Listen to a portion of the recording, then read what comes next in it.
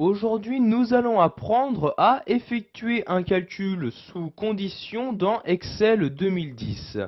Donc, par exemple, ici, je vais insérer ma formule ici sur cette première cellule, donc ce qui correspondra à cette ligne-là.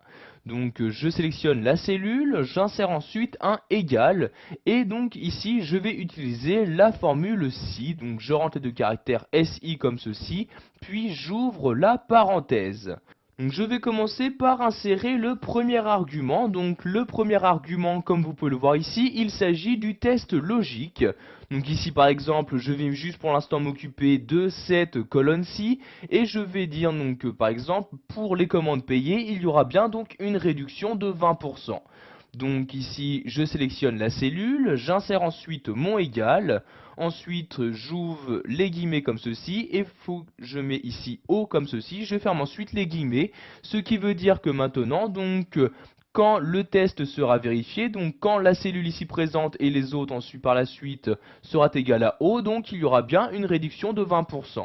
Donc ici mon test est terminé, j'insère ensuite donc un point virgule, je vais insérer donc comme deuxième argument la valeur que je souhaite renvoyer si ce test s'avère être vrai. Donc je vais ouvrir ici les guillemets et je vais mettre oui comme ceci, je ferme les guillemets. Ensuite, j'insère un autre point virgule et maintenant je vais mettre mon troisième argument, donc la valeur que je souhaite renvoyer si le test est faux. Donc j'insère de nouveau les guillemets et j'insère la valeur que je souhaite mettre. Donc ici je vais mettre non comme ceci. Je ferme ensuite les guillemets. Et donc maintenant ma formule est terminée. Je peux ici fermer la parenthèse et appuyer sur la touche entrée comme ceci. Donc pour insérer ma formule. Donc vous pouvez voir ici donc que la cellule il n'y a pas le O. Donc on me renvoie bien non comme ceci.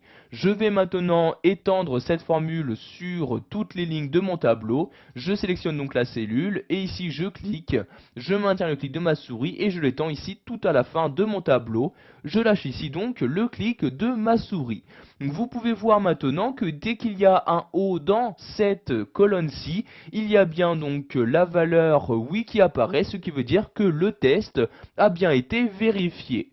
Nous allons maintenant rajouter un autre test logique pour que nous puissions vérifier deux caractères. Nous allons par exemple ici dire que pour qu'il y ait une réduction de 20%, il faut que ces deux tests soient vérifiés, donc que la commande ait été payée et que le code promo donc, ait été envoyé. Donc il y a bien les deux O ici, donc dans chacune des deux cellules.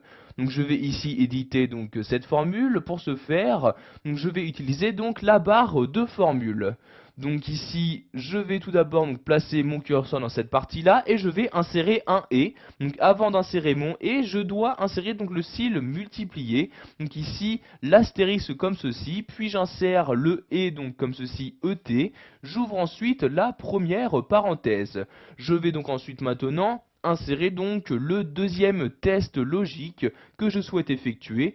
Donc ici, il faut également que cette cellule-ci, donc je sélectionne la cellule, je mets égal, j'ouvre ensuite les guillemets et j'insère le O. Donc il faut également que cette cellule contienne le O comme oui pour que la réduction soit effectuée. Ensuite, je ferme les guillemets, je ferme ici la parenthèse de mon deuxième test, comme ceci. Je vais devoir ici en rajouter de nouvelles, donc je rajoute des parenthèses également, donc autour de mon premier test de cette manière. Donc vous voyez ici, donc je me fais maintenant deux tests, donc en tant que premier argument. Le deuxième argument, il s'agit de la valeur si le test est vrai. Le troisième, la valeur si le test est faux. Donc après avoir saisi ma formule, j'appuie ici sur la touche entrée de mon clavier. Donc ici vous ne voyez pas de différence, en effet donc il y avait déjà le nom ici donc grâce à cette cellule-ci. Je vais maintenant de nouveau étendre la formule, donc je sélectionne la cellule, puis j'étends ma formule de cette manière comme ceci, et vous allez maintenant voir que certaines valeurs ont changé. Donc ici par exemple, il y a toujours le oui, en effet il y a bien le O dans ces deux cellules. En revanche, pour cette valeur-ci, vous pouvez voir qu'il y a maintenant non. En effet, il y a ici donc sur l'une des deux cellules un N qui a été inséré, ce qui veut dire qu'ici il n'y a pas le code promo, donc il n'y aura pas de réduction de 20%, donc ici pour cette personne-ci. Voilà, vous savez maintenant comment effectuer un calcul sous condition en utilisant les différentes formules proposées par Excel 2010.